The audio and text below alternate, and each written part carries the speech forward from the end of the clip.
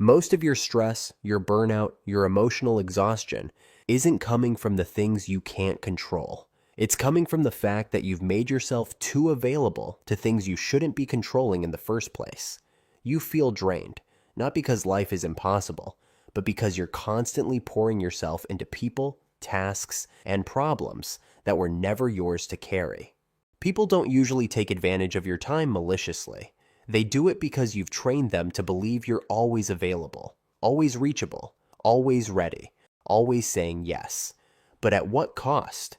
Your mental clarity, your creativity, your personal goals, your peace. Because the more you make yourself endlessly available to others, the less you're available to yourself. So today, we're breaking this cycle. We're going to uncover 5 subtle but destructive ways over-availability is holding you back, and how things start to radically shift the moment you set boundaries and pull back. Because when you stop being constantly available, everything starts to change. Let's dive in. You've been taught that saying yes is the right thing to do. From a young age, we're conditioned to be agreeable. Don't be difficult. Say yes. Be polite. Be helpful. So what do? You stretch yourself thin trying to be the nice person. You say yes, even when it costs you sleep, energy, and sanity. You say yes when your gut screams no. But here's the truth they don't teach you. Being a good person doesn't mean being a constant resource. It doesn't mean saying yes at your own expense. Because every time you say yes to something unaligned, you're silently saying no to something deeply important. Your goals, your rest, your joy. So how do you break that habit? Start by checking in before you commit. Ask, am I doing this out of guilt or obligation? Do I truly have the energy for this? Will I resent myself or them later for saying yes? Because generosity without boundaries isn't kindness, it's self-betrayal. And if you don't respect your own time, don't be surprised when no one else does either. You're always on standby mode. You ever notice how even your quiet moments aren't really quiet? Your phone's buzzing, your mind's racing, your calendar's full. You're eating lunch, but checking emails, taking a walk, but replying to texts.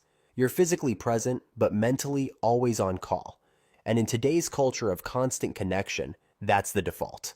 But here's what it costs you: deep focus, creative thinking, genuine rest. Because your nervous system never gets to shut down and reset. And the worst part? You think you're being productive, when all you're doing is reacting. Living like this is like trying to run a race while stopping every few steps to answer someone else's questions. You never find your rhythm, and you never reach your pace. So, what's the fix? You need intentional, sacred windows of disconnection. Turn your phone on, do not disturb. Set office hours, even for friends. Designate no access time blocks for yourself. It might feel awkward at first, but when you stop being available to everyone else for a little while, you start becoming deeply available to your own priorities. You get your time, your mind, and your life back. You feel responsible for everyone else's emotions. Let's go even deeper. A big reason we stay available isn't time, it's fear. You fear someone might be disappointed if you say no. You fear they'll think you've changed. You fear they'll call you selfish. So you stretch. You overextend. You become the emotional caretaker for everyone in your circle. But here's the reality check. You are not responsible for how other people feel about your boundaries. Let me say that again. You are not responsible for other people's reactions to the boundaries you set. You're not cold. You're not rude. You're not mean. You're simply choosing to protect your energy, and that's your right. Because people who genuinely care about you, they'll adjust. The ones who get upset that you're no longer available at their every call, they weren't looking for a relationship. They were looking for a utility. And you're not an appliance. So release the need to be liked all the time. Because the moment you stop trying to manage how everyone feels, you finally start managing how you live. You mistake your availability for your worth. This one cuts deep. You've been taught, maybe even praised, for being always there, the reliable one, the dependable one, the fixer. And after a while, your identity gets wrapped up in it. You start believing that your worth is tied to your usefulness, that if you're not constantly giving, you're not valuable. But here's the truth.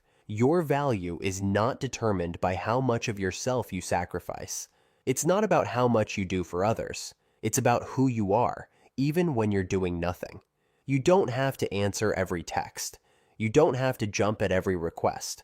You don't have to be on all the time to be enough. In fact, the most powerful people, they are rarely the most available because they guard their energy. They protect their time. They know that what they bring is meaningful, and they won't dilute it for convenience. And neither should you. You are not a vending machine of support. You are a human being with needs, limits, and a purpose that deserves protection. You think pulling back will push people away. Let's be honest. Part of why we overextend is because we fear what will happen when we stop. You think, if I say no, maybe they'll stop inviting me. If I don't show up, they'll think I don't care. If I create space, I'll lose connection. But here's what actually happens when you step back. You finally see who respects the real you, and who only respected the version of you they could exploit. You realize that not all relationships are built on mutual respect. Some were built on convenience. And when you stop giving 24/7 access, the right people stay, the wrong ones fade. And, most importantly, you return to yourself. You remember what it feels like to have peace, to have clarity, to have choice. Because boundaries don't destroy connection, they strengthen it by making sure it's genuine. And when you become unavailable to chaos, guilt, and people-pleasing, you become deeply available to peace, intention, and growth. Final thoughts. We live in a world that constantly rewards hustle, selflessness, and accessibility. But the truth? Unfiltered availability is a fast track to burnout and lower quality of life. It might make you feel needed in the short term, but it leaves you empty in the long term. So here's your wake-up call. You do not need to be available to everyone in order to matter. You don't have to answer every message right away. You don't have to attend every invite. You don't have to explain every no. The moment you start reclaiming your space, your peace, your time, everything changes. People respect you more. You respect yourself more. And life starts flowing from a place of choice, not obligation. So if you've been feeling drained, overwhelmed, or lost in the noise, it's not because you're broken. It's because you're too available. And now it's time to change that. Step back. Create space. Say no without guilt. Say yes without pressure. And most of all, make yourself deeply available to you. Because the version of you that stops being constantly available is the version that finally becomes unapologetically free. Let's become better by being less available to what doesn't serve us. If this message resonated with you, hit that like button and subscribe for more real talk on mindset, communication, and becoming your best self. Drop a comment below. What are you no longer making yourself available for? Let's build a community of people choosing peace over pressure, intention over impulse, and self-respect over people-pleasing. Thanks for watching. See you in the next one.